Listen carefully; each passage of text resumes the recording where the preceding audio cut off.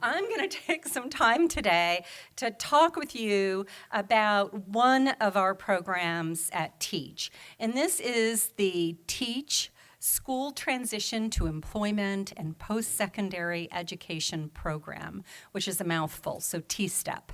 So I'm going to talk with you today about our T-STEP program. Our T-STEP program was really designed for autistic individuals who are in general education high school settings. So they're earning a general education degree, and most have high expectations of going on to college. So at the end of my talk, I'm going to just give you a couple brief minutes on what we're doing for autistic, transition-aged youth who also have intellectual disability along with their autism. But most of my conversation today is going to be on those who are finishing high school with a general education diploma. And I'm going to start today by telling you a little bit about TEACCH and what TEACCH is and why we do the work that we're doing at TEACCH. So our mission is this. So our mission is to create and disseminate community-based programs that enhance and enrich the quality of life for autistic individuals and their families across the lifespan. So there's some bolded words in there, right? So create, so I'm going to talk to you about a program that we created, and community-based. So I'm going to talk to you about how we created it and then how we transitioned it from a university program to a community-based program. And then also lifespan. I think that's really important. So TEACCH was started, just a little tiny history lesson on TEACCH, because I think it's a really interesting history lesson, particularly now maybe. TEACCH was started in the 1960s with the idea that autism was a neurological difference and that moms did nothing to cause autism. And it was started by Eric Schopler, who really felt like the best thing to do would be to work with families, work with moms and dads, and work with autistic people to help them not become cured, but to help them have a good quality of life across the lifespan. That's our mission today. That has not changed in over 50 years. So we are a system with these core values.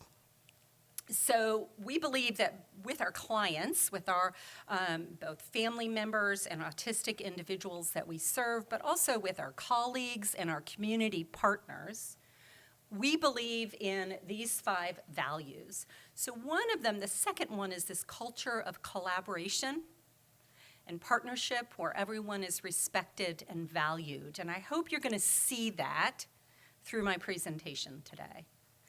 We also talk about the idea of strengths and identifying what are the strengths, what are the goals for the autistic people that we work with or with my own team. What are their goals? What are their strengths?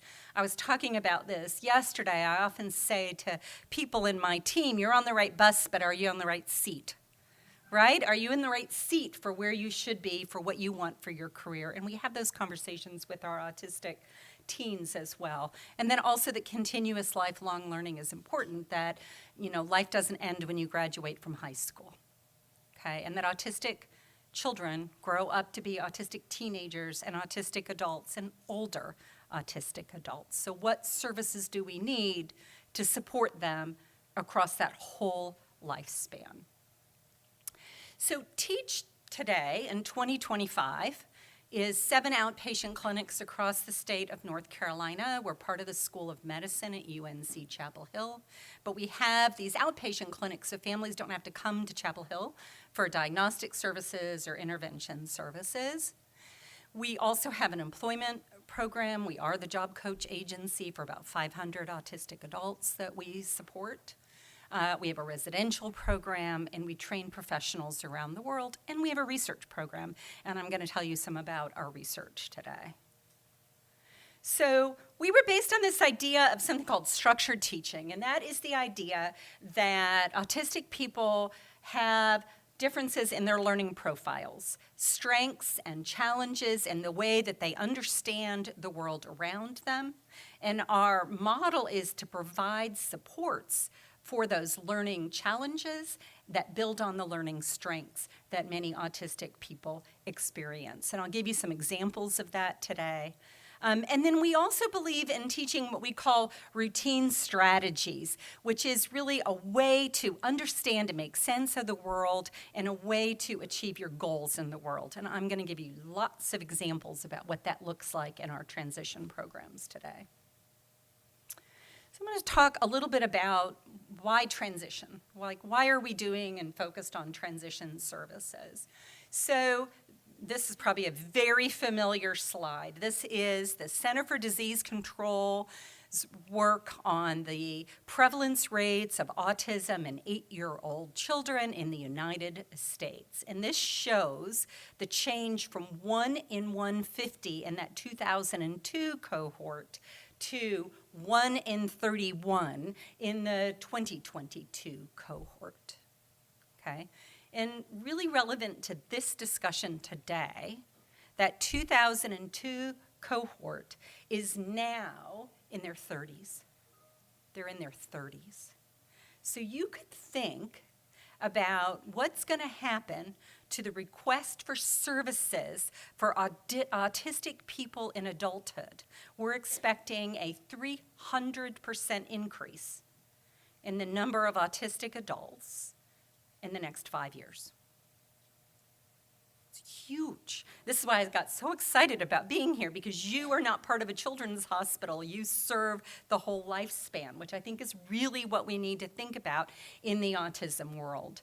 We also know that across time we've seen more and more autistic people who do not have intellectual disability, about 60%.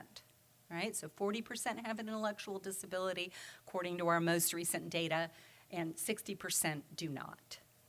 So we have been doing quite a bit of research on what happens to autistic people in adulthood. And I'm going to show you 2 slides, and then I'm going to go to transition. But I really want to set the stage for why I think transition is so important to focus on. So I want to show you a couple of our data slides. So this is a study that looks at life skills or adaptive behavior. So for those of you who are in the field, this is the Vineland Adaptive Behavior Scales, okay? So these are everyday life skills, and this is mental age. So this is looking at changes in life skills across time. And these are clinical records of people that we've seen at multiple time points across their life in a TEACCH clinic, okay? And so what you could see is that in that 1 to 20 year period on the left here, you can see some nice gains in daily living skills. Yes, they tend to be lower than a non-autistic population, and they tend to be lower than IQ. But you still see some nice gains. And then when you look at 20 to 58, you see not a flattening, because there's a little tiny bit of an increase, but not very much of one. Now, I'll just invite you to think about what happens when you're 20, right? You're learning how to live independently. Hopefully you're able to drive. Where are you? Are you doing your laundry? What are your life skills like? And I hope that you will agree with me that there's a lot of change that happens in your early 20s as you become an adult, as you're doing adulting. But that's not what we're finding in our population. We're really seeing this kind of, slow gain or plateau. But really more importantly than that is that those individuals who showed gains in everyday life skills across adulthood, irrespective of IQ or symptom severity, had a higher quality of life. So this graph is a little scary to me because I know that quality of life is linked to daily living skills, and I'm not seeing the gains that we are hoping that our children, when they become adults, show. The other thing that we've been looking at is in aging, what happens around cognitive decline or dementia. So this is a publication by Claire Klein, who's one of my graduate students, who looked at a group of autistic adults who are independent. So they're reporting on themselves, right? They're their own guardians. And they're reporting on symptoms of cognitive decline. And they're using something called the AD8, which is a really common measure of our screening for potential decline. And they are between 42 and 81 years of age, on average in their 50s. 49% of our sample reported evidence of cognitive decline that's associated with flagging for concerns about dementia. 49%. This is another scary data point, right? In terms of thinking about what happens post-high school, what happens in adulthood around daily living skills, quality of life, cognitive decline. So I have to be honest that most of our adult outcome data is alarming. Doesn't really matter what we look at. Employment, college graduation, it's scary. Now, that doesn't mean every autistic person, like you're going to hear from Patrick in a minute, no, like lots of autistic people have very good outcomes, but on average, that is not what we're seeing with our data. And so we think about why are we seeing some of these sort of non-ideal outcomes in adulthood. Is it something about having autism? Is it something neurological? Is it something neurodegenerative that's going on? Or, it's probably an and, is it something about lifestyle? Is it something about the way that autistic adults live their lives? And so I've become really interested in what we know about aging in the general population. Okay, and I've become really interested in what we know about dementia and cognitive decline and daily living skills as we age in the general population. A, because I'm aging, and then B, because I'm interested into thinking about what do we think is going on in the autism world. Well, it turns out that the belief is that 40%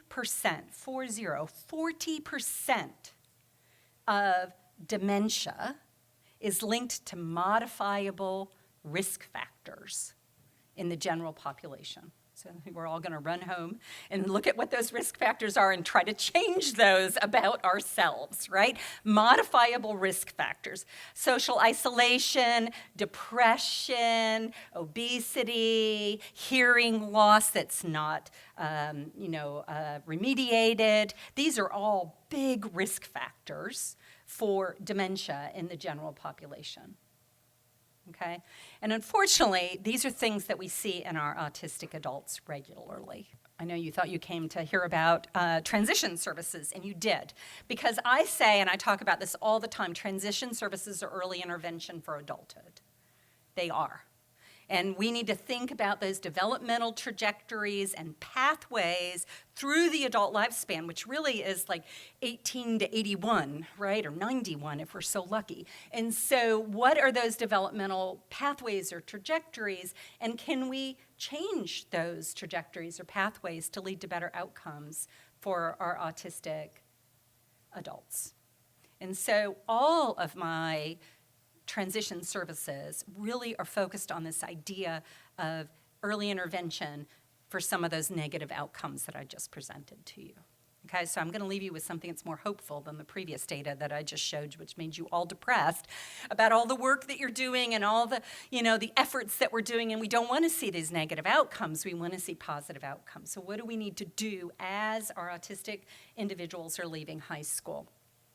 So what do we know about transition? And again, I'm talking about the group of autistic adolescents who are in the general education diploma in high school. What do we know about that population? Okay. Well, we know that they have high expectations. They almost all tell us that they're going to go to college of some sort, some community college, some university. They all tell us they want to have a good job. They want to make money. They want to live independently. These are not different than anybody else's values and goals when you're leaving high school, and that's what our autistic teens tell us too. But yet, despite their goals and aspiration and capabilities, we see a lot of college dropout. We see a lot of autistic people who are either unemployed or even more likely underemployed. So they're not employed in an area that fits their interest and skill set. So a really good example of that is a man that I work with who is employed at Trader Joe's. Do you guys have those in California? I should know that. Excellent. Okay. So he stocks the shelves at Trader Joe's. He has an advanced degree in mathematics. Okay, that's underemployed. Now he's happy, so I'm like, okay, if you're happy, but that's still underemployed for where his degree pathway should have taken him. In 2014, we were really thinking about transition services and what they would look like and how to do this early intervention for adulthood and what we wanted to create at TEACCH. And at the same time, the federal government created, through the Workforce Innovation and Opportunity Act, they created something called Pre-Employment Transition Services, or PREETS. Does that ring a bell to anybody in the room? So that is that the federal VR, or vocational rehabilitation, required state vocational rehabilitation programs, which you guys have DOR here. That's what you call it. And so thank you for helping me know the name of that earlier today. So, they require the state programs to provide pre-employment transition services starting at the age of 16, with the idea that they're bridging between high school and adult life. Right? You don't wait till you graduate to get transition services, kind of a ridiculous idea, but you also don't do it only in the high school because then it ends and then what happens? So this idea of this bridging kind of service was federally mandated. And these are the services that are part of the PREETS program. Workplace readiness training, these are their words, not mine. Workplace readiness training, that's a skill building program, okay? Work-based learning experiences, think internship. Job exploration counseling, think career counseling. Self-advocacy counseling. And then counseling on post-secondary education, think advising, academic advising. Okay, so these are the components of the federally mandated pre-employment transition services.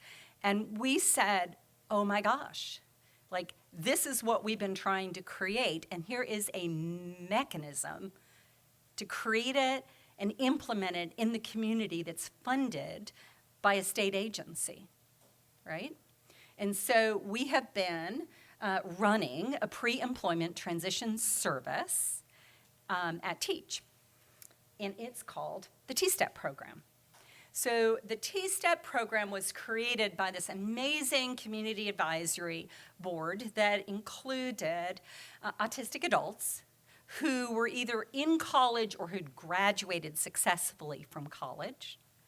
I'll just do a shout out to McCafferty Kerman, who's one of our adults on this board. She read every single page of everything that we show our autistic college students and gave me the most detailed feedback and made it a much better program.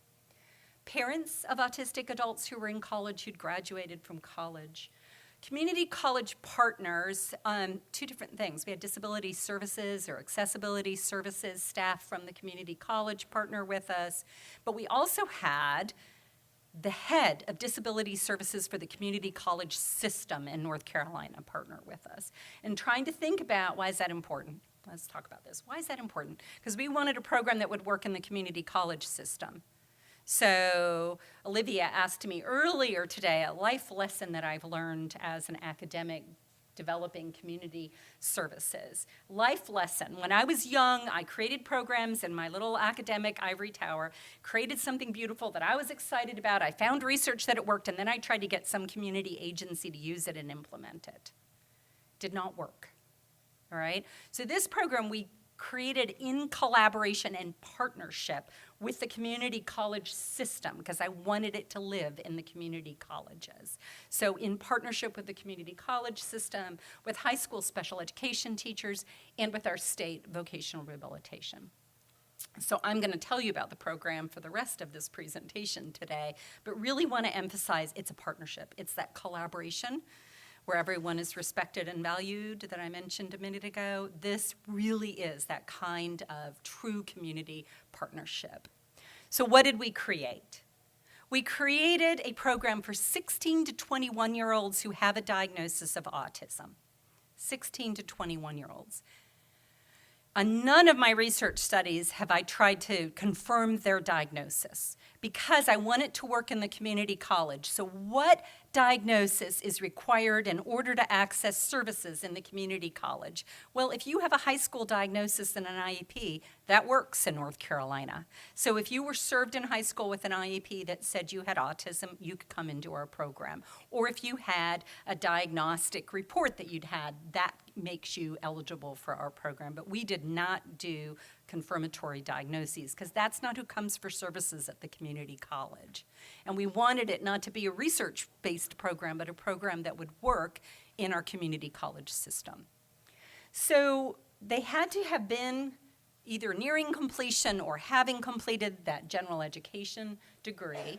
And we created a 12-week continuing education class at the community college. So it's 12 weeks. They enroll in this class called the T-STEP. You have to have prior permission from the instructor to enroll, which is one of my team members, to enroll in the program, but it's non-degree earning. Now that is really important. So I am like such a fan of the community college system, and I'm a university professor for 30-something years, so I didn't realize I would be such a fan of community college system. But anybody can take a continuing education course at the community college. Any of you could decide you wanted to take a continuing education, or a college student at UNC Chapel Hill could decide they wanted to take the community college class, or high school students can take a community college class. So it was access for people between ages of 16 and 21. It's not that they are community college students. So this is the biggest mistake that people come away from my presentation. So I'll say again, it's not for community college students. You could be a community college student. You could also be sitting at home and doing nothing. You could be a high school student. You could be a university student. You just have to be between the ages of 16 and 21 and have autism. Okay? And it's co-taught by one of our therapists at TEACCH. So we have a lot of different master's level clinicians, social workers, educators, speech language pathologists, but it's co-taught by one of our master's level clinicians at TEACCH and a community college instructor. Okay? And this is like the best, is completely funded by vocational rehabilitation. It's free. It's free. So what is it? So we created this with that community advisory board that I mentioned. We decided that we would do a program that tapped into all of those pre-ETS services that I showed you. Remember I showed you that whole list of what is a pre-employment transition service? We wanted to create a program that covered all of those potential services. So the first one is a class. It's a 12-week class. It meets twice a week. It focuses on these 4 areas, and I'll go into them in a lot of detail, that we know sometimes are challenging for autistic adolescents and young adults: goal achievement, executive functioning, emotion regulation, and social communication. Then there's an internship where you practice I don't actually care what kind of internship it is. It's not about job skills. You're practicing goal achievement, executive function, emotion regulation, and social communication outside of the class. Okay? And then you also have some counseling services that really take advantage of what you can get on a college campus.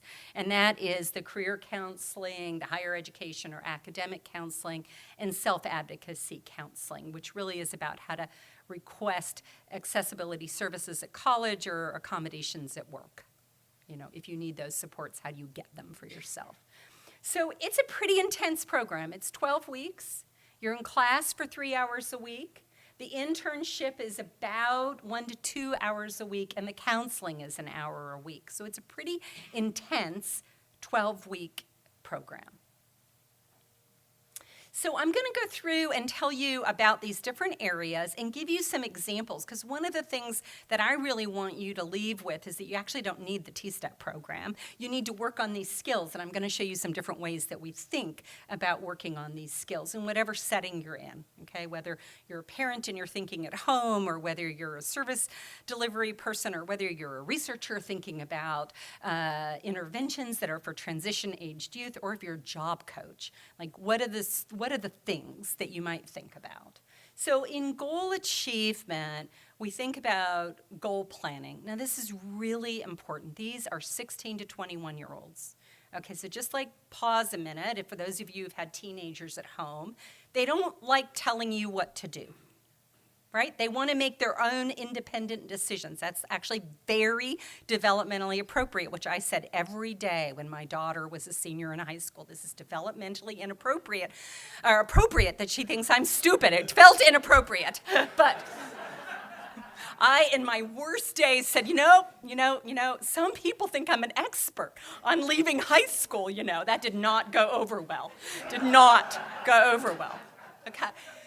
So it has to be their goals, okay? I always say to my T-STEP students, I'm not your mom. I'm not your teacher. Like, I don't really care. I thought this was your goal, right? I thought I was helping you meet your goal. If I'm driving you crazy and you don't want to work, fine, I don't care, right? Because it is about transition and adolescence. So don't forget that autistic people have the same transition needs as non-autistic people, which is autonomy and self-determination.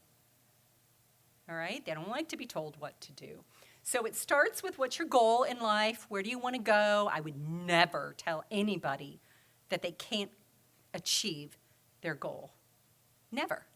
If you tell me you want to be the President of the United States, that is fantastic, okay? And if that's not the right goal for you, you're going to find out along the way that it's not the right goal for you. But I'm not telling you at 17 that your goal is not realistic, okay?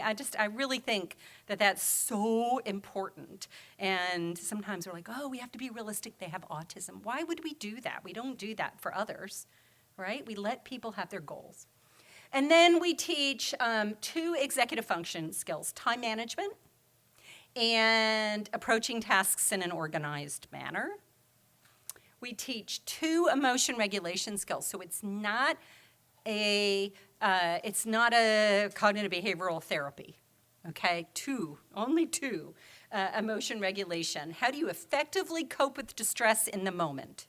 You didn't get the grade you wanted, and your teacher gives you back the grade, or your employer gives you some critical feedback. How do you cope with stress in the moment? That's what we focus on. And then how do you receive corrective feedback? Those 2 things kind of go together. And then the last one is not a social skills intervention. It's not. And so we start with goal planning. We ask for goals in each of these areas. So this might be a student who says they want to get married and they want their own apartment. Okay? And then what we say is, okay, those are fantastic goals. Where are you now? Okay? And then what progress can you make in the next 12 weeks? So this is what it looks like. This is a person who wanted to be a mobile app developer and make a lot of money. Okay, fine, that's a great goal. Okay, and then that's in the get a job area. Okay, that's great. Where are you now? Well, you volunteered with a local food drive with your parents on the holiday, okay, and you participated in a club on mobile app development in high school. That's great. Now, what's in between those 2 things, and what can you do in the next 12 weeks? Well, you could complete an internship. That's a give me, because that's part of the T-STEP program. So you could complete an internship and know what it's like to be an employee, right? You could do that. And you could fill out some summer job applications. Again, the focus is let's try to get you experience being an employee toward that goal of being an app developer. So we do that in each of these areas. I just showed you one example. And then when we think about the strategies that we teach, These are our tools, okay? So the first one is self-monitoring, which I just failed at, which is why you're taking it out of the video. But self-monitoring is to be able to track what you're doing and how you're doing on whatever your goals may be. Because your parents don't go into adulthood with you. Well, and sometimes they do, but really we want you to be able to track for yourself how you're doing on reaching your goals. So how can you monitor yourself? What would that look like? So we talk about self-monitoring a lot. We talk about visual reminders. What structures and supports can you put in place to help you remember to do the things that you're supposed to do? So that might be a schedule. Right? For young autistic kids, we put schedules in classrooms. Yes, mostly. At least we do at Teach. Lots of schedules at Teach. But when you are an adult, you have to make your own. Okay? The most common question that I get as the director of Teach is, when is it okay to get rid of the schedule? Because they already know their schedule, they use their schedule, we don't need a schedule anymore. Okay? When do I know to get rid of this schedule? Okay, that would be like telling me or asking me, when can I take your phone away from you, Laura, because you don't need the calendar on your phone anymore. That's like the most ridiculous question. Of course I need my schedule on my calendar on my phone to know where to go, but I have to be able to do it myself, right? I have to be able to do it myself. Nobody can create it for me. We talk about other visual reminders. Here's a good example. I laugh at myself. Yesterday morning, I left home at 4:30 in the morning. And I was worried that I was going to forget 3 important things. And I had chuckled, and I used a Teach T-Step visual reminder, a sticky note, big old, on my front door of the house that said, Laura, don't forget your laptop, your phone charger, and the shirt in the dryer. Okay? Don't forget those 3 things. And I used a visual reminder because I knew I wasn't going to remember in the morning at 4:30. Okay, so we're teaching our autistic teens how to do all these things, okay? Then self-reward, there's no sticker charts that go with you, no point systems that go with you into adult life. So how are you going to reward yourself? What are you going to do to reward yourself if you do all the things that you're needing to do during the day? And then also, we teach a lot of routine strategies. So for the rest of the talk, I'm going to show you the routine strategies that we teach. So a routine strategy is a regular, consistent way of doing something so that it becomes automatic. It's a habit. So it's almost like back when they were younger, we used to use, and we still do, a lot of social stories. You guys use social stories with autistic children. And social story just takes the social environment and makes it really clear and understandable, and it's like a routine. Like, what's the routine behavior on the playground?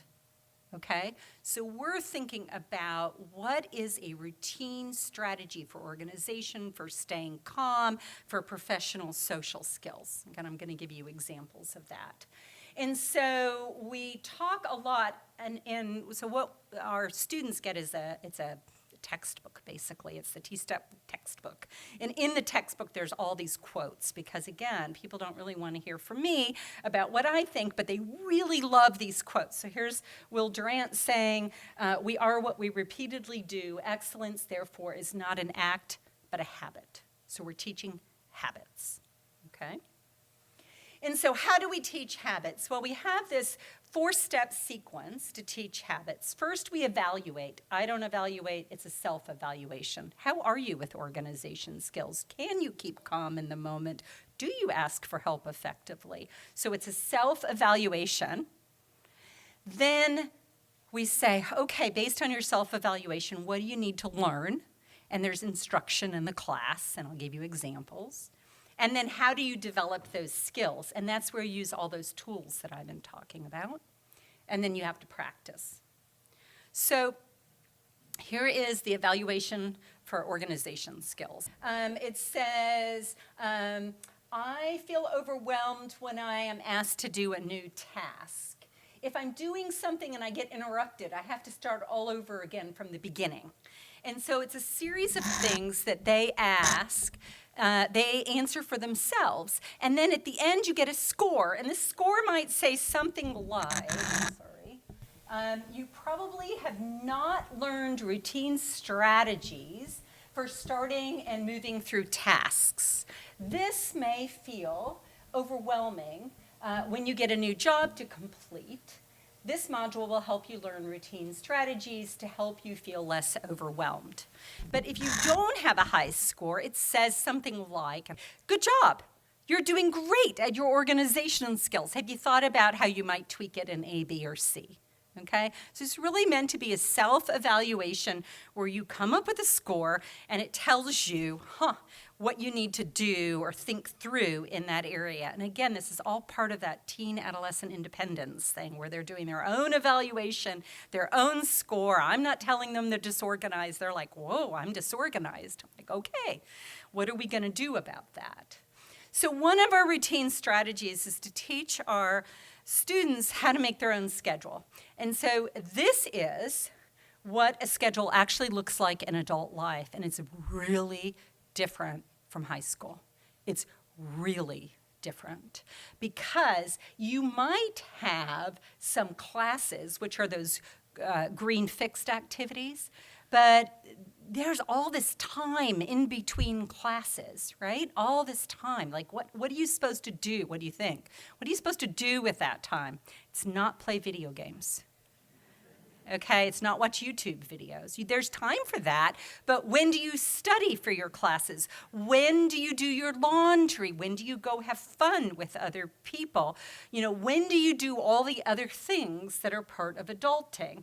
And so this really helps our teens kind of think through what their everyday life will be like past high school. Because in high school, you get up in the morning, you go to school all day, and you have some scheduled activity in the evening, you come home and you do your homework and you go to bed. Okay, but that is not adult life, okay? And so really thinking through about the different kinds of schedules, and we have our teens make their own schedules, and I am agnostic to whether you make your schedule on your iPhone or whether you make it paper or pencil. It doesn't matter. Lots of different options. People want to know if I've developed like an app for this. I haven't, because everybody has their own desire. So if they want to do it on their computer, they want to do it on their phone, great. They want to do it on a paper and pencil calendar, great. But you have to be able to create your own schedule to be successful as an adult. You just do. And so that's the first thing we teach. This is how good are you at asking for help when you need it? And again, having them go through and think about different things. And it might be something like, and I'm sorry, I'm going to have to move to read it. I thought about that. Good. It's hard to ask for help, never, sometimes, very often. Instead of asking for help for something, I try to avoid it. Or people often give me help that I don't need. Okay? So it's really meant to think about, like, how do you get the help that you need when you need it? What do you do? And this is really based on decades of experience on trying to work on effectively asking for help. And I'm going to give you an example of a young man, college graduate, that I worked with. We got him his first job post-college, and doing really well, really excited about his job. And he was sitting at his desk one day, and he didn't know what to do, and he needed help. So he got up, and he went to his supervisor's office, and she had her back turned. She didn't see him. And so he stood there, and she never saw him, and he went back and sat at his desk and waited for like an hour later when she came out to check on him. Okay, so that's a miss on how to ask for help effectively, even though he's got good communication skills and even knew he needed help, but he didn't actually know how to ask for the help when he needed it. Okay, so it's really thinking about how are you at asking for help. And then the learn part about this, we have a lot of these kind of comics in there. And so these are two situations. One situation where you don't ask for help. And this is a college instructor where you didn't ask for help, and the college instructor gives you a failing grade because you didn't do what you were supposed to do on the activity. Or You could ask for help, and your college professor thinks, wow, he's really smart. He knew what he needed help, and he came and asked me, and look what a great grade he got on his paper. So that people actually think better of you if you ask for help, not worse of you when you ask for help. Okay, so really thinking through, like, how do other people perceive you when you ask for help? And then here's our routine strategy. It's not a script. It's not a script. It's a routine strategy. When you need to ask for help, you think of these 4 things. Who do I ask? Really important. And who varies depending upon the setting, but who should I ask? Identify who in your head that you should ask.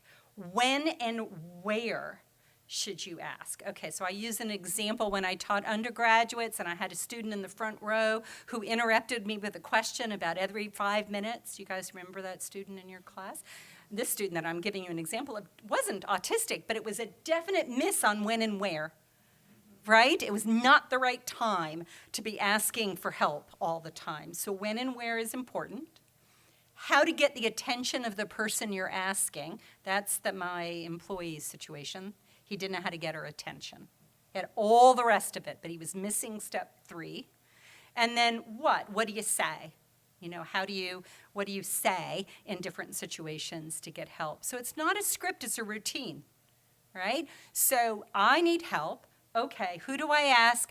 When and where do I ask? How do I ask, and what do I say? Because it varies depending upon the setting. So you can't teach a script that's going to work in college and work, and you just can't. But you can teach this kind of routine strategy of the steps to think through when you're trying to learn to ask for help.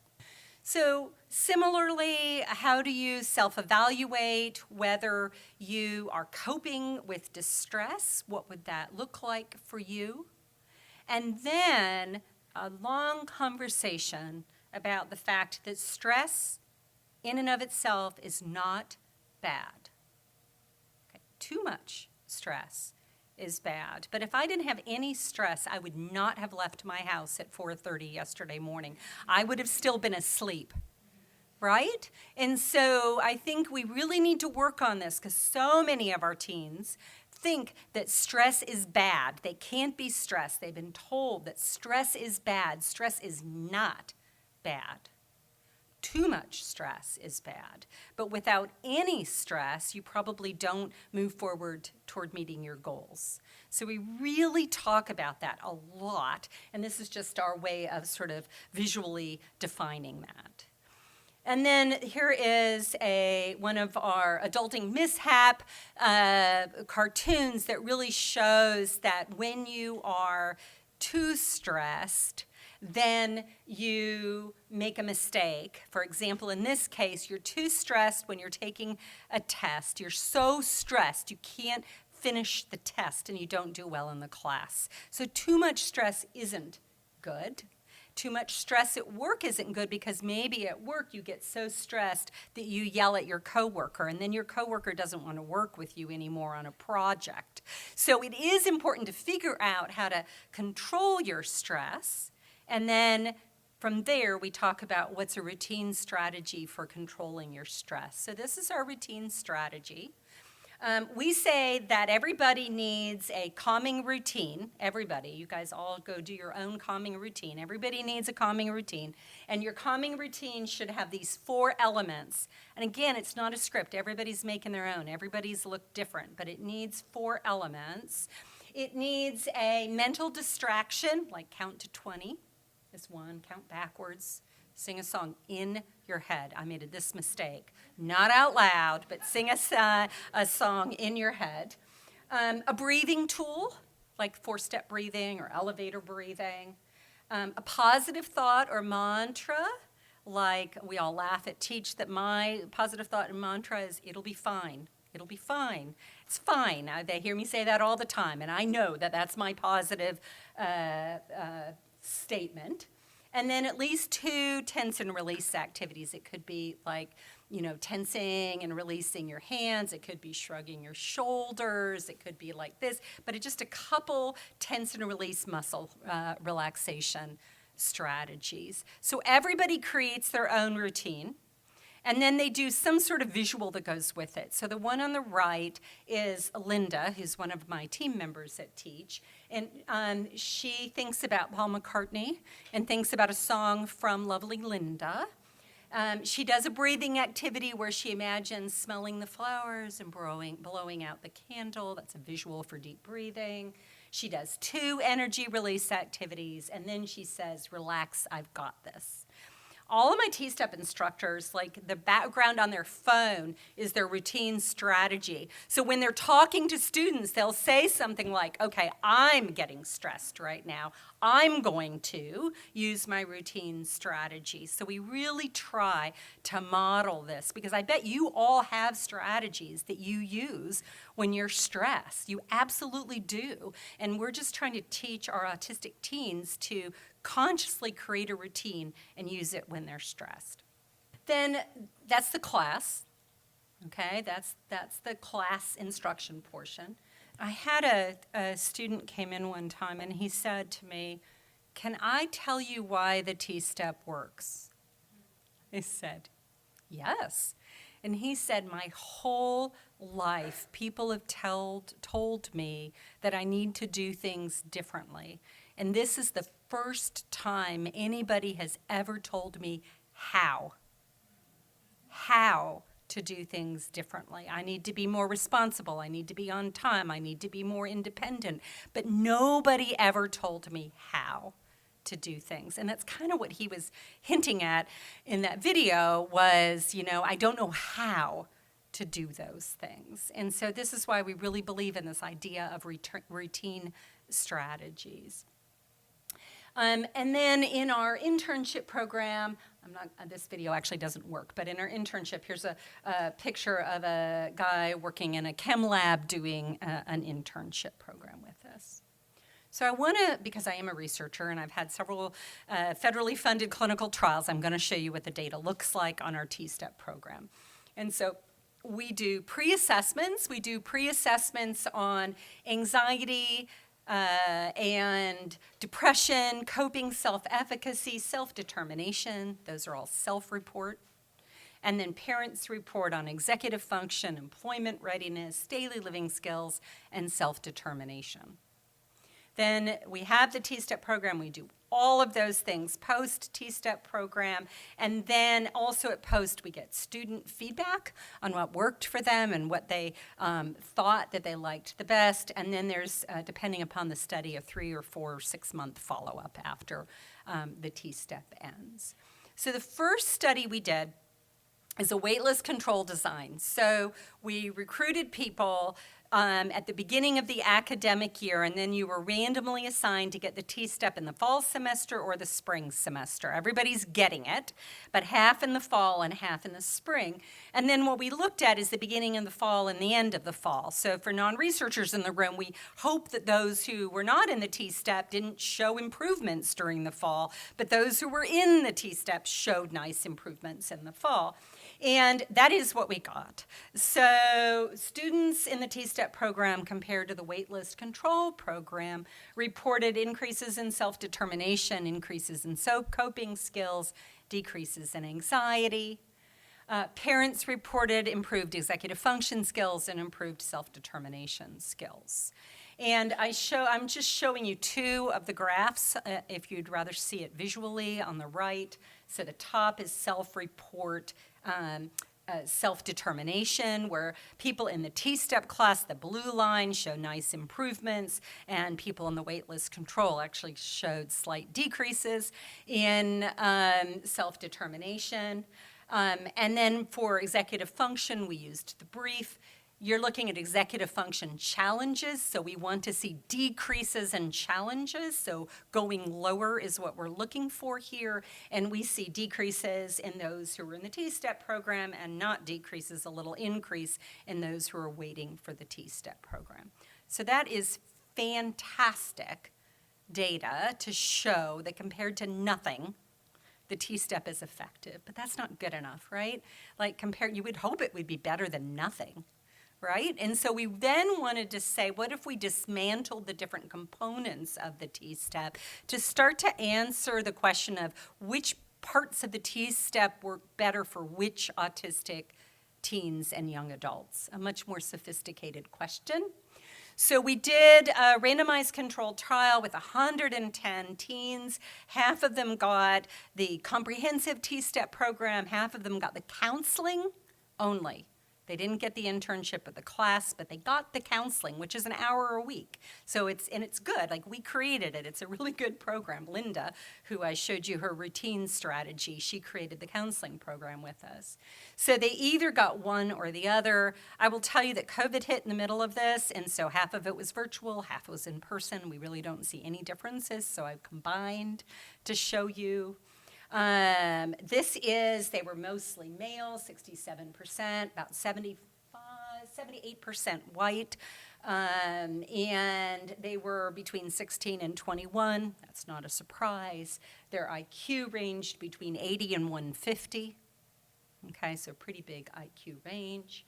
And we looked to see what happened to those who were in the whole program versus those who got the counseling, but not the whole program. I haven't published this yet, so I'm kind of excited to share it with y'all. So in this program, this is students in the comprehensive program. Students reported increases in self-determination, which to me is like the golden thing, because if you believe that you have the capability of making your own choices and decisions, you're empowered to do so, right? And so students in the comprehensive program, which is the light blue, showed really nice increases in self-determination. The counseling program, students did not show changes in self-reported self-determination. Both groups, though, said that they felt better in their coping skills.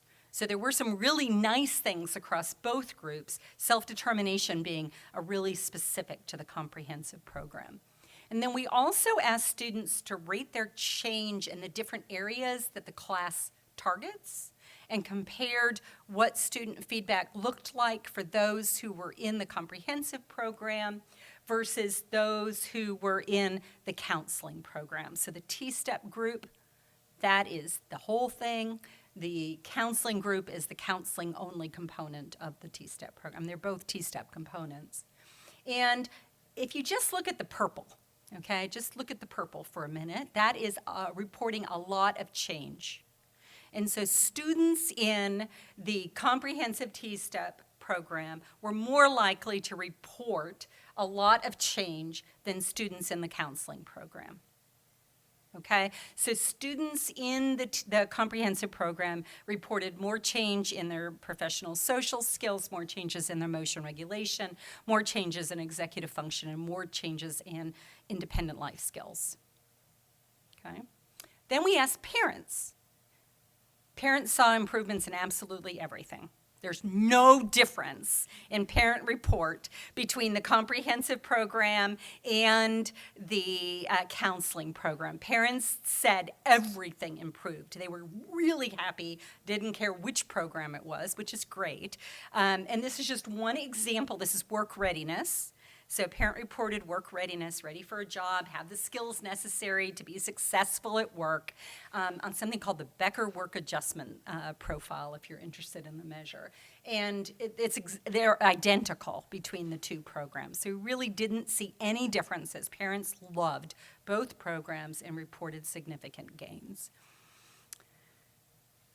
If you want some qualitative feedback from our students, we asked them about what they learned. They learned ways to be successful as college student and in the workplace. They learned new strategies for getting organized and managing their time. They learned adulting. 71% of students and 76% of parents reported overall positive changes as a result of being in the T-STEP program. I'm going to show you what happens as we followed up 4 months later. If we follow them up 4 months later, the comprehensive group continues to show higher self-determination across time. Both groups continue to show gains in coping skills across time.